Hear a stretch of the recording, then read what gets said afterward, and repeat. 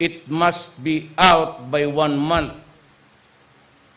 Ang local government, since you are not under me directly, I do not have the control, but I have the supervision, I will be coming out of rules. That binds everybody, including government corporations.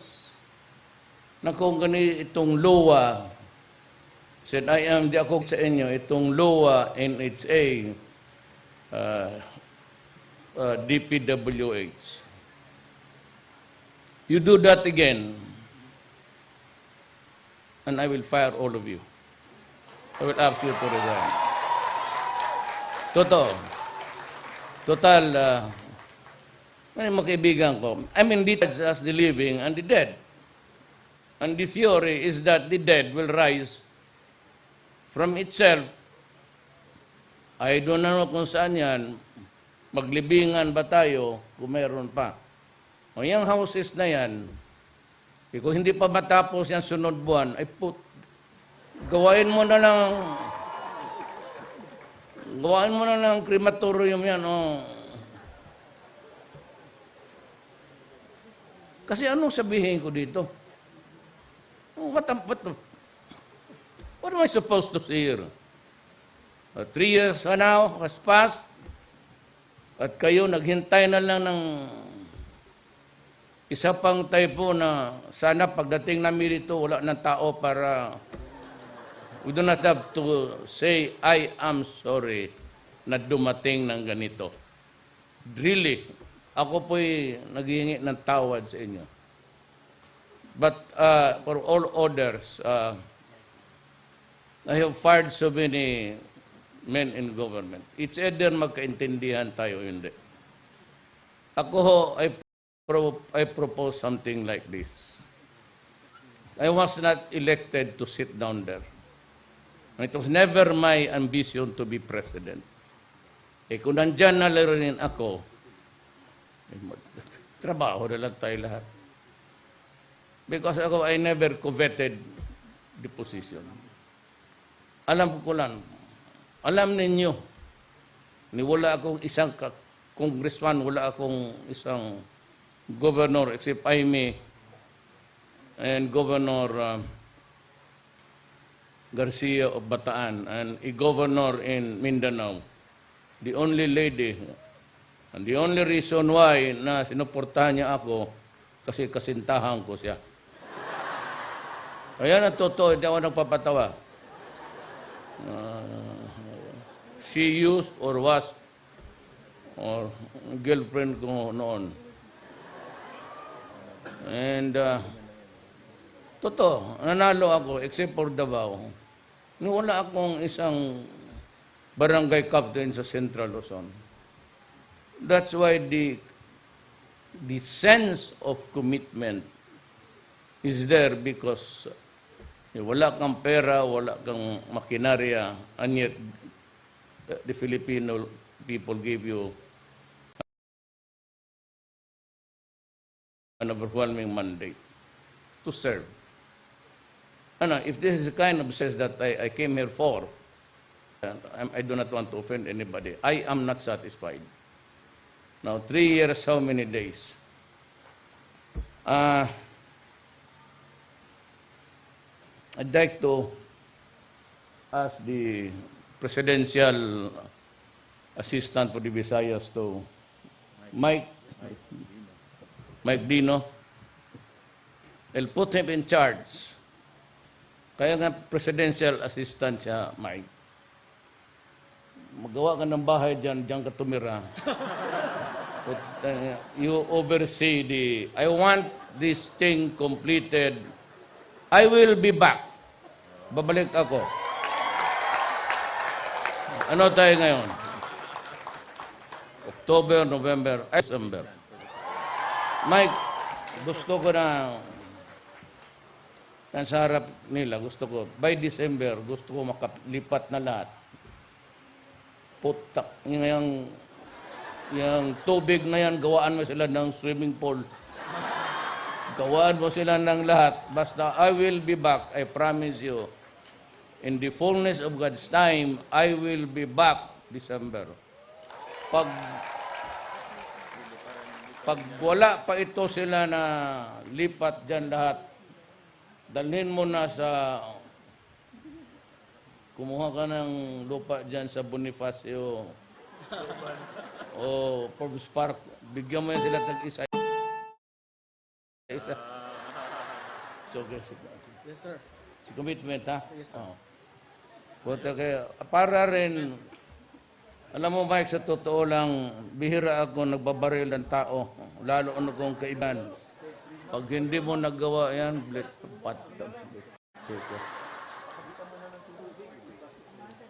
so you take your orders, but henceforth, nandito yung sa housing. Dito si Lenny. She's in charge of the housing. Lahat naman ng next time you take orders from her, and the same order, that she's supposed to finish her job on time. Hindi tayo pwede magbilangan. You know, we are so underdeveloped a country that by the nature of the laziness and indolence of some idiots, lalo tuloy tayong naging double the underdeveloped, whatever that phrase means. Kasi di ko talaga na...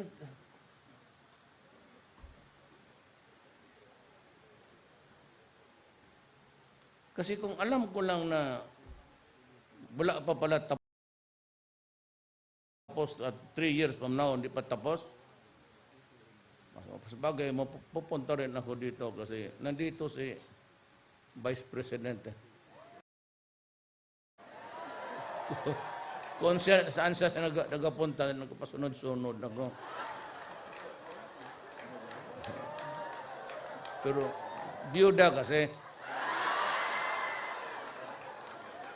Annulled man ako sa, annulled ako sa asawa ko.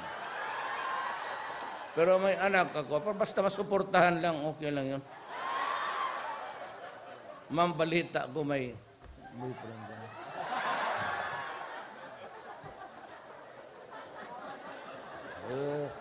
Sabi diyan sa, huwag kang mahayaan. Do not be offended, pero yung sabi nila, hindi yung totoo. Kaya kung totoo yun, ma'am, may mapatay na congressman na bago.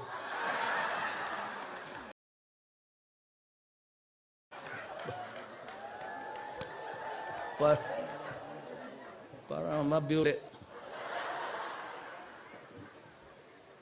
You know, maybe the next time I'll sit down with her and some guys from Davao who were with me for the past 23 years that I was mayor. At baka na makatulong naman. Hindi namin, I'm not saying that we are the only ones who have the expertise. But in, hastening everything, is important. I'd come up with maybe regulations na government permits should be out. Davao is 3 days. Electrical, business permit, whatever permit, permit to die, the better. Basta, it has to be only. Ako, I do it 72 hours. Any business permit that you'd like to apply, it's 72 hours in Davao. No, walang Then, beyond that, you go to the mayor and explain why you need more than 7. For example, if you want to conduct an ocular inspection, you can do that. It will take time. But you have to have some sort of rules for efficiency in this government. Mga komunista, they tried. And they are correct. Because we have failed miserably. Just really to govern effectively. Not just govern. Because you are there, you receive your salary, pero yung tao, at yung taga-gobyerno, and even the politicians,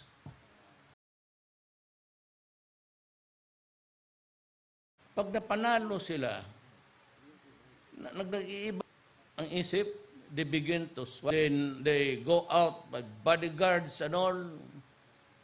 Tapos they think that they are the special elite chosen by God for that particular epoch.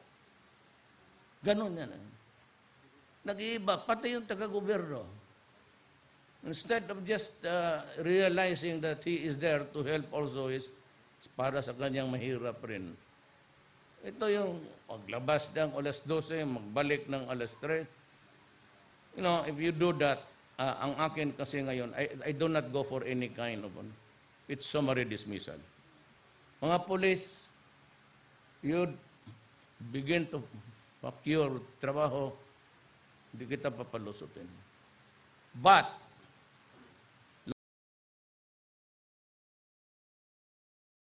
that will have my protection. And I man to go to prison just because he was doing his duty. Tandaan ninyo yan. Kayong mga polis, wala kayong problema. Either I rise or sink with you. I will not abandon you and I will be there. Trabaho lang. Pero pag inaboso yung civilian, ayaw nyo magtrabaho, pasok kayo ng droga, putang ina, papatayin ko talaga kayo. Sa totoo lang, kayo palulusutin. I don't give a warning for everybody. And the new role now, I have somebody listening to remind me. I will return the alunan doctrine. The doctrine says that more than 3 bodyguards, including you, kung may armas ka, pangatlo ka, that's a private arm, and you will be arrested. Wala akong pakialam kung sinong gobernur ka o mayor. Back to the simpler days of, you can have 1 or 2. Ngayon, mag-practice ka. Kung hindi ka marunong magbaril, huwag ka mag-mayor, huwag ka mag-gobernur. Katalawan mo. Dapat sumali nilang. We go back to no more than 2 policemen. And it should not be the choice. It should come from the PNP. Hindi kayo makapili ng tao. Kasi dyan ang abuso. Ito, bata ito, anak ito ng barangay captain ko. There's an office there for special units. Kayo namang mga inpinig ngayon, kung dalawa lang kasama sa pulis, huwag ninyong sobrahan. Dalawa lang rin, tabla-tabla. Ambus-ambus. Busin ninyo, tag-isang MRGU. Nga, 2 polis, 2 kayo. Huwag ninyo. Kawawa naman yung kalaban ninyo. I mean, there's no sense in, we're trying our best to come. We are lucky that of course, I'd like to thank the Communist Party of the Philippines for giving another try, another shot at the peace process. Sakaling then wala na masyado. Kaya kita mo, walang patayan. Noong una, ayaw ng military, ayaw ng police kasi NPA. What do we do? We've been fighting with them for the last 45 years. Sabi ko sa police, sabi ko sa mga military, what? Do you want another 45 years of fighting? Tell us, because if you want that, but the very bullet that I buy to kill you comes from the pocket of the Filipino. Ang gano'n din sa MNLF, came to me and said, we talk again. I said, thank you. Ang MI, I just signed the Bangsamoro Act to replace the BBL. Kaya sabi ni Nor noon, kung walang BBL, he will go to war. When I went to his camp and said, what's the sense? Do you want another 45 years of fighting? Do you really want to kill all of the Boro and the Christians?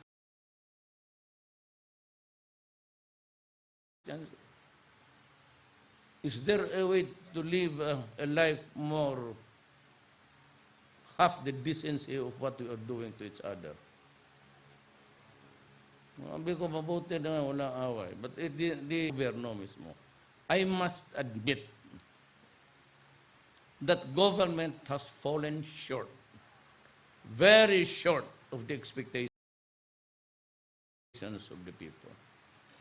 Dapat yung Yolanda, 1 year after, tapos so you cut the red tape or I really, hindi ko malaman kung saan ako mag-umpisa. Is it which is also to protect the money of the people or the people nandyan sa trabaho, ayaw lang magtrabaho? Pahiga, di routine sleep there. Para makita ko even how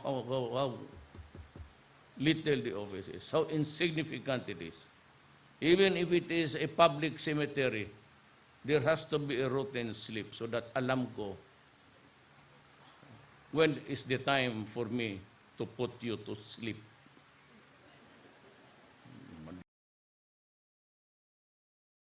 Dali lang ano ng tao. Total, ang radyo, 3 araw, tapos wala na. You want that? I'll give it to you. Ganoon lang man yan. Pilipinas, patay ka ng tao. Duterte, pagkatapos next election, Duterte, presina. Klase ito.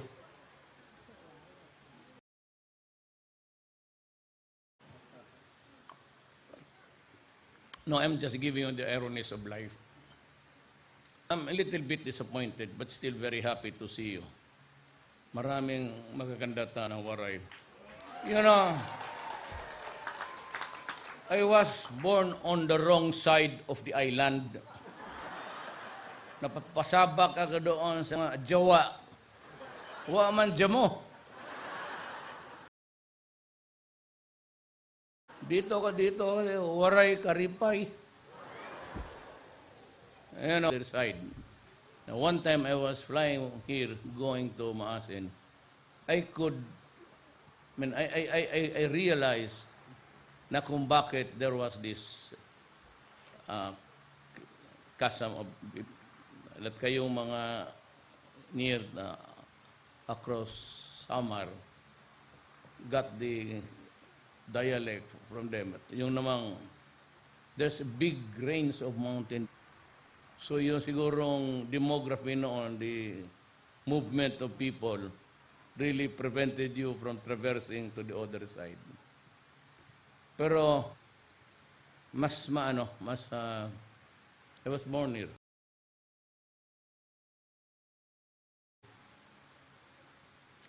Mas magaganda ang nahaluan kayo ng Amerikano dito. Okay siya.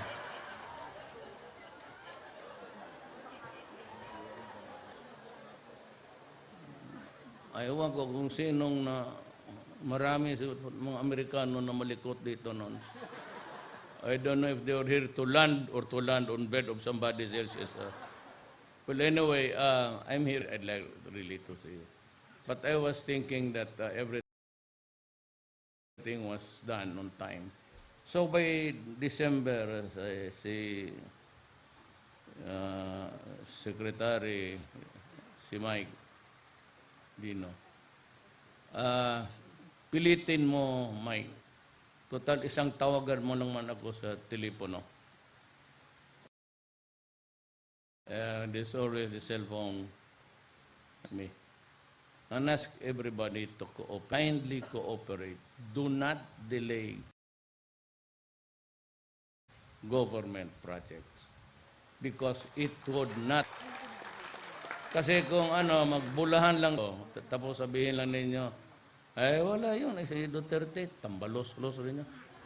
dumaan dito, wala namang, I said, it was never my intention. No, it was not my ambition to be president. Nandito na ako ngayon. Wala akong any re-election. And besides, this I promise you, I give you my word. I'm hurrying up the federal because that is the only thing that could give us enough elbow room to talk to the Moro people in Mindanao if you really want and the Communist Party of the Philippines. Yang dalawang yan, which is the main pressure groups in our society today, nang kailangan nila in new setup. Ang ako naman, I said, mas mabuti yan. But provide a federal setup with a strong president.